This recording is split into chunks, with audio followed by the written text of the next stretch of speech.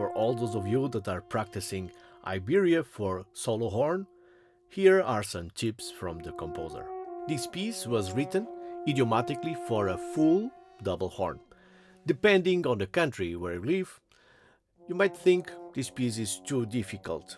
Well, it really depends because in some countries there's a tendency of playing everything on the middle range, always on the F side of the horn. So on this piece I challenge you to search for different fingerings depending on the tone color you want and also the fingerings to make it easier on fast passages.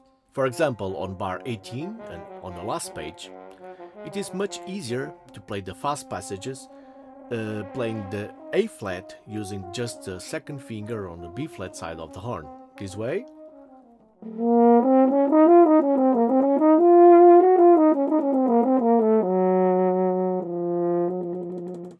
And notice I'm playing the D flat using 2 and 3 on the B flat side of the horn and then the C using 2 and 3 on the F side of the horn. This way I just move the thumb and then play the trill.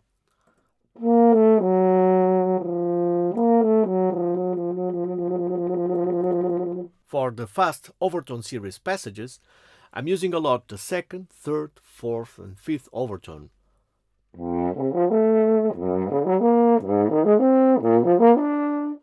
But in order to fit F minor, I need a minor third. So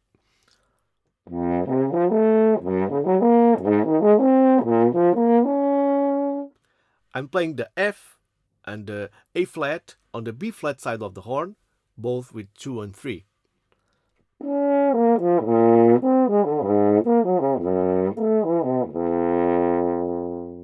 On bar 43, if you play everything on the B flat side of the horn, only one finger is moving.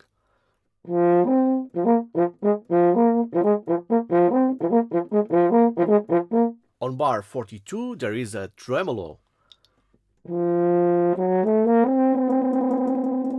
If you play the indicated fingerings, it looks too difficult. Well, actually, I don't play those passages moving the lazy third finger. I play with a special technique where the second finger and the first finger advance one key.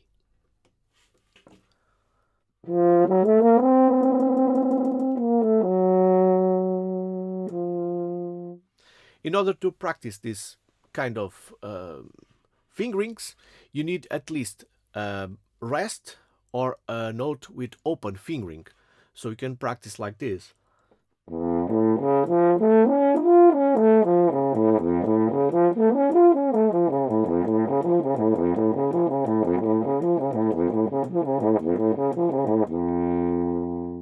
Finally, there are some passages that include multiphonics.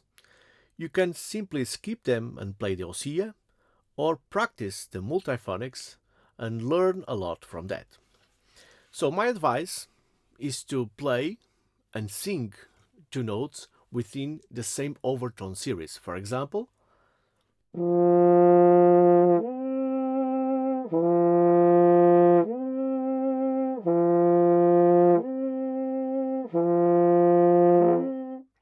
did you notice? Somehow I was playing, singing without any rest, and somehow the two notes overlapped for a split of a second. So if you keep doing this, it will become much easier. Then, of course, you can do the opposite. So instead of, you can start from the top note and sing the lower note. Then instead of starting with the note that you are playing, you can start with the note you are singing. And finally, you can start with the note that you are singing on the bottom. Then you can use some multiphonics in your cool down exercises.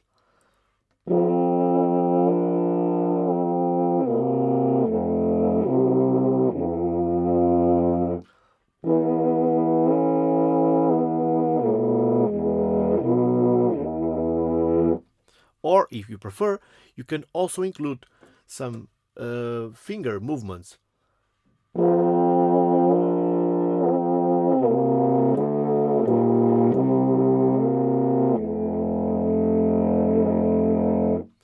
My biggest advice is to start from notes played within the same overtone series and from your range, not the notes that are written on the score.